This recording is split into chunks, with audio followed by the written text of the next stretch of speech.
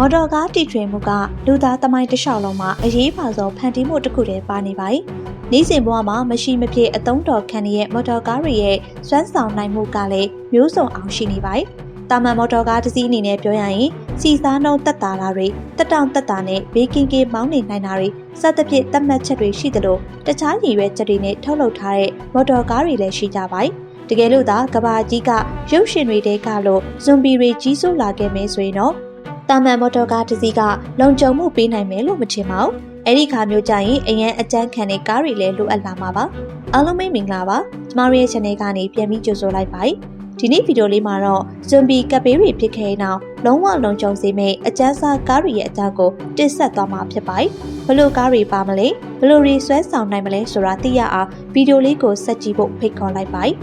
။မာရူတာဒီကားရဲ့ပုံစံကိုကြည့်လိုက်ရုံနဲ့ဘယ်လောက်ထိလုံခြုံစေမလဲဆိုတာကိုခန့်မှန်းမိမှာပါ။ဟမ်မာအမျိုးအစားလိုစစ်တပ်သုံးကားပုံစံလိုဖွဲ့စည်းထားတဲ့ဒီကားကတိုက်ခိုက်ရေးတားရဲတကောင်လို့တောင်တင်စားလို့ရပါတယ်။ကျန်တဲ့လမ်းတွေဆိုရင်လည်းကောင်းကောင်းကြော်ဖြတ်နိုင်တဲ့ဒီကားကတင်ကားတစ်စီးနီးပါအကျန်းခံနိုင်ပါတယ်။တိုက်ခိုက်ရေးရှင်ပုံစံမျိုးဖြစ်နေပေမဲ့ဒီကားကိုအများပြည်သူတွေဝယ်ယူနိုင်အောင်လဲရောင်းပေးနေရပါ။ဒေါ်လာ4,800,000ကျော်ပေးဝယ်ရမယ့်ဒီကားကဈေးကြီးရလို့ထင်ရပေမဲ့ဇွန်ဘီကပ်ပေးတာဖြစ်လာခဲ့ရင်ရောင်းမလောက်ဖြစ်မှာကတော့သိချပါတယ်။ဒီကားရဲ့အင်ဂျင်ပါဝါကဘလောက်တောင်များလဲဆိုရင်ကရိန်းကားနဲ့ရှင်ဆွဲရင်တောင်ကရိန်းကားကအရှုံးပေးရတဲ့အထိပါ။အင်ဂျင်ပါဝါကောင်းသလိုလမ်းကျန်းလဲသွားနိုင်ပါတယ်။ပုံမှန်လမ်းမှာဆိုရင်လည်းမြန်ဆန်သွားနိုင်တဲ့ဒီကားကခန့်ခန့်ထက်ထက်လည်းရှိပါတယ်။လမ်းပေါ်မှာသာဒီကားနဲ့ရှောက်သွားနေရင်လူတိုင်းဝိုင်းကြည့်တာခံရမှာကတော့အသေးချပါပဲ။နေရံတွေလိုမျိုးအတားဆီးရှိလာရင်လည်းအေးဆေးတိုက်ဖြတ်သွားနိုင်တဲ့ဒီကားကဇွန်ဘီကပ်ပေးအတွက်ရည်ရွယ်ပြီးထုတ်ထားသလားလို့တောင်ထင်နိုင်စရာရှိပါတယ်။ပြောရရင်တခြားကားတွေကိုလည်းနှေးဖြတ်ပြီးကြော်သွားနိုင်ပါတယ်။မာရူတာရဲ့စွမ်းဆောင်ရည်ကဒီလောက်ပဲလားဆိုရင်ဒီထက်မကပါဘူး။ပေါင်20လောက်ရှိတဲ့ TNT ဖောက်ခွဲပြီးစမ်းပြတာတော့ဘာမှမဖြစ်တာကြောင့်ကြည်တံခံနိုင်တဲ့ကိစ္စကပြောစရာကိုမလိုတာပါ။ဒီလောက်ထိအကျန်းခံနိုင်နေဆိုတော့ချစ်သိမ့်တွေလိုတားရဲလောက်ကိုလည်းမှုစရာမရှိပါဘူး။အဲဒါကြောင့်တားရဲပေါ်တဲ့အာဖရိကလွင်ပြင်တွေကိုတွားရတဲ့လူတွေအတွက်မာရူတာကရွေးချယ်တစ်ခုဖြစ်လာခဲ့ပါတယ်။ Approach Shaman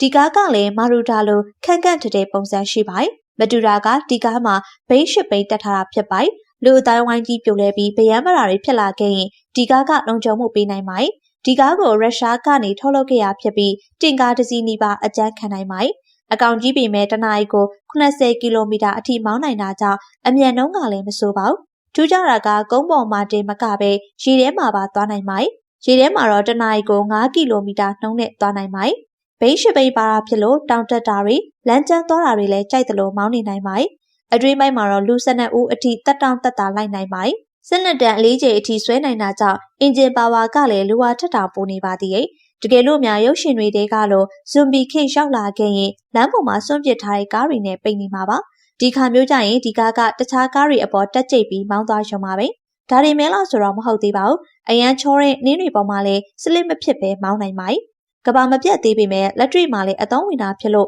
ရှာမန်ကိုဝယ်စည်းကြတဲ့သူတွေလည်းအများကြီးရှိနေရလို့ပဲပြောရမှာဖြစ်ပါတယ်။ Koski HL ရှေ့ပိုင်းမှာပြောခဲ့သလိုဇွန်ဘီတွေကြီးစိုးလာပြီးလူအတိုင်းဝိုင်းကြီးဗျမ်းပရာတွေဖြစ်လာရင်အပြေးမြန်ဖို့ကအရေးကြီးဆုံးဖြစ်ပါတယ်။ကုန်းပေါ်မှာပတ်ပြေးနေဇွန်ဘီတွေနဲ့တကွေးမဟုတ်တကွေးတွေ့သွားနိုင်ပါတယ်။ရေထဲသွားမယ်ဆိုရင်လည်း14မော်တော်ဘုတ်အစစ်အသစ်ရှိနေမှာအဆင်ပြေမှာပါ။ဒီလိုအခြေအနေမျိုးမှာတော့ Koski HN ဆိုတဲ့စီးတော်ရင်ကအကောင်းဆုံးဖြစ်နေမှာပါ။လေးဘိန်းတက်ဆိုင်ငယ်ပုံစံမျိုးဖြစ်နေတဲ့ဒီရင်ကကုန်းပေါ်မှာတင်မကပဲရေထဲမှာပါသွားနိုင်ပါတယ်။ဒီလိုသွားရဖို့တကူတကပြင်ဆင်စရာမလိုပဲကုန်းပေါ်ကနေရေထဲကိုတိုက်ရိုက်မောင်းချသွားရုံနဲ့ရပါတယ်။တခြားမော်တော်ယာဉ်တွေလိုအကြီးကြီးမဟုတ်ပေမဲ့တကူတော့ထွက်ပြေးဖို့အတွက်ဆိုရင်ဒီရင်ကအကောင်းဆုံးလို့ဆိုရမှာပါ။ဆိုင်ငယ်ပုံစံဆိုပေမဲ့မြင်းကောင်ရီ140အားအင်ဂျင်သုံးထားတာဖြစ်လို့အမြန်နှုန်းကတော့ပြောစရာမလိုအောင်ကောင်းပါတယ်။ဒီလောက်မြန်တဲ့ရှင်ကကုန်းပေါ်မှာရောရေပေါ်မှာပါအချိန်မရွေးသွားနိုင်တာကြောင့်ဇွန်ဘီကတ်ဆိုးရောက်လာခဲ့ရင်အသုံးပြုဖို့ရွေးချယ်ထားရမယ့်ရင်တစ်ခုလို့ပြောရမှာပါ။ Night HP ဒီမော်တော်ကားကတော့ကဘာပြက်လာရင်တထေးတွေအသုံးပြုရမယ့်ကားလို့ပြောရမှာပါ။ဘာလို့လဲဆိုရင်အတန်းခံနိုင်အောင်တိစောက်ထားတာဖြစ်တယ်လို့စိန်ခံနိုင်အောင်လည်းပြုပြင်ထားတာကြောင့်ပါ။ဒီကားကိုထုတ်လုပ်ခဲ့တာကတော့ကနေဒါကုမ္ပဏီတစ်ခုကဖြစ်ပါတယ်။ရှေ့မှာပြောခဲ့တဲ့အတိုင်းမှာပဲဒီကားကဖြော်ပြအတွက်လည်းဖြည့်ဆည်းပေးနိုင်ပါတယ်။အကြီးဆုံးပြောရရင် TV တွေတက်ဘလက်တွေထည့်ထားပေးတယ်လို့အစားတောက်စားကနီးကြရင်သုံးလို့ရတဲ့စပွဲလေးလည်းထည့်ထားပေးပါသေးတယ်။ဒါတွေမင်းလားဆိုတော့မဟုတ်သေးပါဘူး။အရက်ပလင်းထည့်ထားလို့ရရင်အန်ဆွဲတွေ ဂိမ်းကစားလို့ရတဲ့စနစ်တွေလည်းထည့်ထားပါတယ်။ပြောရရင်ဒီကားကိုတချို့ကဗတ်မန်းရဲ့ကားလိုတောင်တင်စားကြတာပါ။လောလောဆယ်မှာတော့ဒီကားမျိုးပိုင်ဆိုင်တဲ့သူ18ဦးပဲရှိပါသေးတယ်။ကြီးစံတန်းကိုကာကွယ်နိုင်တယ်လို့အသေးစားပုံပေါက်ခွဲမှုကိုလည်းကာကွယ်နိုင်တာဖြစ်လို့ရန်သူများတဲ့တထေးတွေ3သစ်နဲ့ကားတစ်စီးဆိုလည်းမမှားဘူးလို့ဆိုရမှာဖြစ်ပါတယ်။ Resort EV2 အကျန်းဆုံးနေတဲ့ကားမှာအကျန်းဆုံးဆိုတဲ့ကားကိုမောင်းကျင်တော့ Resort EV2 ကိုပဲညွှန်ရမှာပါ။ကားပိန်တွေကတင်ကားတွေလိုချိန်ကျိုးနဲ့တိဆောက်ထားတာကြောင့်တောင်ပေါ်ပဲတက်ရှိုးရဲပဲဆင်းသွားကျင်တယ်လို့သွားလို့ရပါတယ်။အရင်ကဒီလိုကားမျိုးကိုရုပ်ရှင်တွေထဲမှာပဲမြင်ရတတ်တာဖြစ်ပေမဲ့အခုချိန်မှာတော့ဘယ်သူမှမဆိုဝယ်နိုင်ပါပြီ။ပြောရရင်တော့ဒီကားကိုအရက်သုံးတင်ကားလိုတောင်တင်စားရနိုင်ပါတယ်။နောက်ပြီးမောင်းနှင်ထိန်ချုပ်တာကစစ်တပ်သုံးတင်ကားတွေလိုရှုပ်ထွေးမရှိပါဘူး။ပုံမှန်ကားမောင်းတက်ရင်ဒီကားကိုလည်းတက်မောင်းလို့ရပါတယ်။အားနေချက်ကိုကြံဖန်ရှာပြောရရင်တော့ကားပိန်တွေတစ်ခုခုရှို့ရင်းခဲ့ရင်ပြုတ်ပြင်မှုခက်ခဲတာပဲရှိမှာဖြစ်ပါတယ်။ Inget Huru APC ဘီယမ်ဘရာအခြေအနေတွေမှာအဖွဲလိုက်ကြီးထွက်ပြေးဖို့လိုအပ်လာရင်တော့ဒီကားကကငေါအသုံးဝင်မှာပါ။လူ20လောက်တင်လို့ရတဲ့ဒီကားကပါတီဘက်ပုံစံမျိုးတော့ဖြစ်နေပါတယ်။ဒါပေမဲ့ရိုးရိုးပါတီဘက်တော့မဟုတ်ပါဘူး။ဘုံတန်ကိုယ်တော်ခံနိုင်တဲ့အထိအကျန်းခံတဲ့ကားဖြစ်နေမှာပါ။အရွယ်ခက်ကြီးဆိုပေမဲ့တာဘိုအင်ဂျင်တက်ထားတာဖြစ်လို့အမြန်နှုန်းကလည်းပြောစရာမလိုပါဘူး။လက်ရှိမှာလည်းဒီကားကိုတိုက်ခိုက်ရင်တစီအဖြစ်သုံးနေကြတာဖြစ်ပါတယ်။ Mercedes-Benz GLE 50မာစီဒီကတော့မော်တော်ကားလောကမှာနာမည်တစ်လုံးနဲ့ရပ်တည်လာတာအရင်ကတည်းကဖြစ်ပါတယ်။ဂျိန်ကန်ကားလောကမှာဆရာကြီးလို့သတ်မှတ်ထားတာဖြစ်တယ်လို့တစ်ဖက်မှာလည်းအကျန်းခံတဲ့ကားတွေထုတ်လုပ်ပါတယ်။ Texas Armor Corporation နဲ့ပူးပေါင်းထုတ်လုပ်ထားတဲ့ GLE 50အမျိုးအစားကတော့မာစီဒီရဲ့အကျန်းခံနိုင်ဆုံးကားတစ်စီးလို့ဆိုနိုင်ပါတယ်။ဒီကားရဲ့ကိုယ်တွေကကြီးစံမဖောက်နိုင်တယ်လို့ကြီးကားမှန်တွေကလည်းအရန်လုံခြုံမှုရှိနေမှာပါ။ပြောရရင်ကုမ္ပဏီရဲ့ CEO ကိုယ်တိုင်ကကားထဲဝင်ထိုင်ပြီးတနက်နဲ့အပြစ်ခံတဲ့အထိစမ်းသပ်ခဲ့ရပါဘေးကနေကြည့်ရသူတွေအသေးတရားဖြစ်ကြပေမဲ့ CEO ကတော့ကြီးကားမှန်တွေကိုယုံကြည်ချက်အပြည့်ရှိနေရဖြစ်လို့တစ်စက်ကလေးမှမစိုးရိမ်ခဲ့ပါဘူး။စိန်လဲကြခြင်းနဲ့လုံခြုံမှုလည်းရှိခြင်းနဲ့ဆိုတဲ့လူတွေအတွက်ကတော့ Mercedes ရဲ့ GLE 50ကအကောင်းဆုံးရွေးချယ်စရာတစ်ခုဖြစ်နေမှာပါ။ Range Rover Sentinel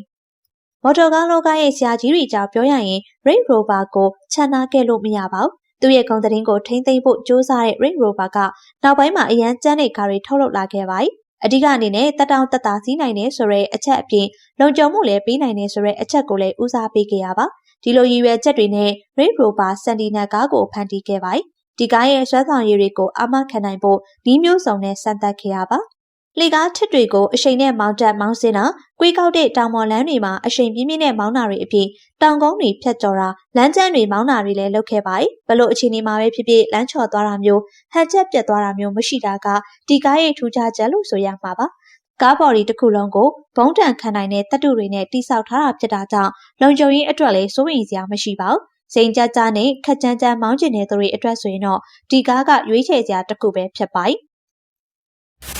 Bentley တင်ကား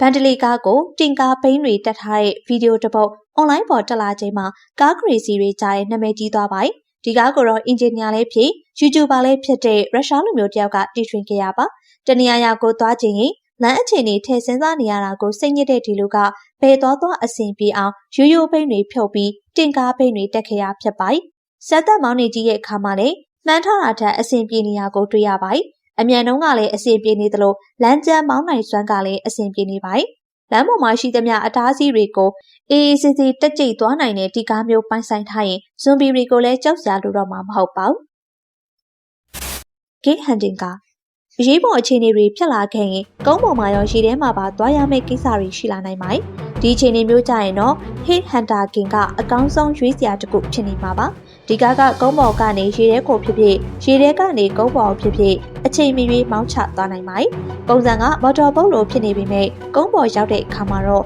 ့ပြစ်ကတ်ကားပုံစံလို့ပဲပြောရမှာပါ။အမိုးကမပါလို့အရန်ကြီးမလုံးချုံပေမဲ့ကုန်းပေါ်မှာရောရေထဲမှာပါသွားလို့ရတာတခုနဲ့တင်ထွက်ပြေးဖို့ကောင်းကောင်းလောက်နေပြီလို့ပဲဆိုရမှာဖြစ်ပါတယ်။ဒီဗီဒီယိုလေးကိုတော့ဒီမှာပဲအဆုံးသတ်လိုက်ပါတယ်။အားလုံးပဲထူးဆန်းတာလေးပဲသိလိုက်ရလို့နှစ်သက်လိုက်မယ်လို့ထင်ပါတယ်။ဗီဒီယိုလေးကိုနှစ်သက်တယ်ဆိုရင် like လေးနှိပ်ပြီးအားပေးသွားပါအောင်။ဒီလိုဗီဒီယိုလေးတွေကိုဆက်လက်တင်ဆက်ပေးသွားမှာဖြစ်လို့မလွတ်ရအောင်လို့ channel လေးကို subscribe လေးလုပ်ထားဖို့တိုက်တွန်းလိုက်ပါတယ်။အဆုံးထိကြည့်ရှုပေးခဲ့တဲ့အတွက်ကျေးဇူးတင်ပါတယ်ရှင်။